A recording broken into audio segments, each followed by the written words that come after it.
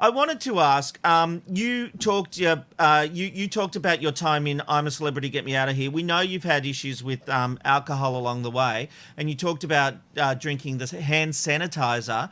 How are you doing on that front? Are you recovering? Are you still drinking? Are you okay? Hey, it wasn't just any old hand sanitizer. It was It was the good stuff. I mean, no. you've got quality. I've been in remission from substance use disorder. I've only just learnt how to say that, which is actually what it is. It's a mental disorder as much as anything else.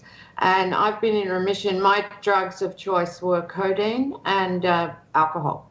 Yeah. And I've been in remission since December 17th, 2019. Brilliant. So I'm literally doing, well, not physical cartwheels, but emotional cartwheels every day. Well, that's awesome, Fiona. Like, Brilliant. seriously, Thank you. congratulations. I've walked around the planet just feeling like such a fucking idiot, and a liar. And, I was always in sobriety for 3 months, and then I would relapse and relapse and relapse, on average every 3 months. And that's been what's been happening for the last 15 years, really. But you're almost at a year now. And can I ask you, is it really difficult as a comedian? Because historically, I would think that the alcohol gives you that Dutch courage, and we feel funnier when we've had a bit to drink. Is that how you felt? Was that part of a safety blanket for you? Absolutely. And as it is for most addicts, and we don't know why, but it's an endless quest for not, filling up this not enough-ish, whatever we suffer from. Yeah. We're just never enough. We cannot bear to be in our own skin. And all of a sudden, I knew that just having somewhat of a normal life would be, the life I was in inactive addiction was hell. And I knew it would be a lot better on the other side, but I had no idea in retrospect how easy it was.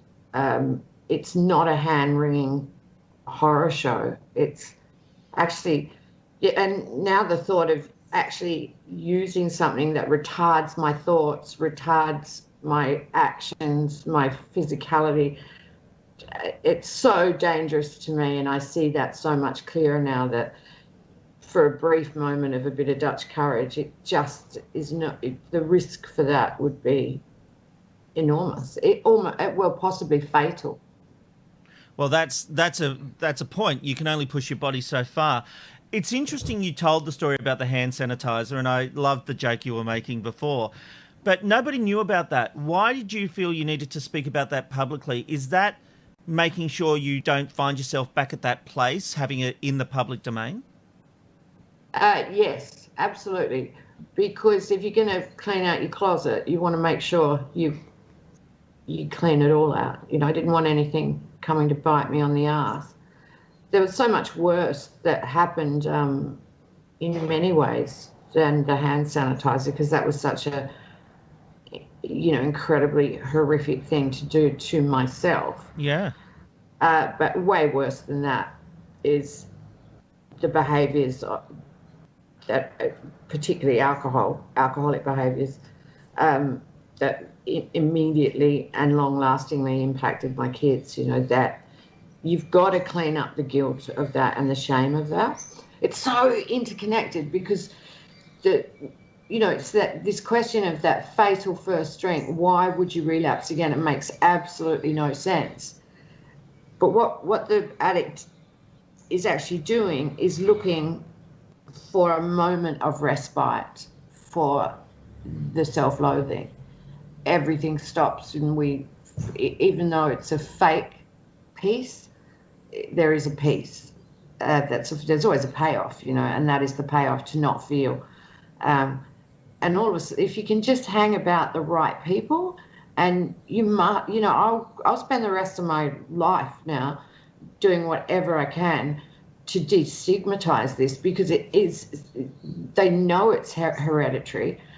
That alcohol's been around as long as anything, and 8% of us, 8% will always be addicted, always. And alcohol was the gateway drug to everything for me. And what society does, it's much simpler to just kind of zero in on the behaviours of the addict. And for sure, we're the most annoying people you can ever come across.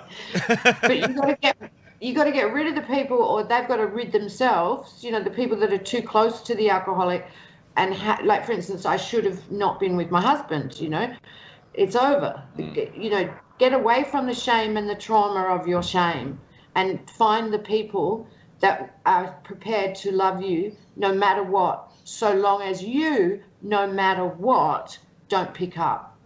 Every family has a landscape, and on that landscape there is one of me. What are you doing for that addict? Have you checked in on them? Where's the addict in your family? Because we're everywhere, and it's crazy that all that happens in our social environment is gossip and shame and blah, blah, blah, blah, blah. You know, she was always bad. It's bullshit. I wasn't. It's a Ben, Rob and Robbo, Ben, Rob and Robbo, Ben, Rob and Robbo show.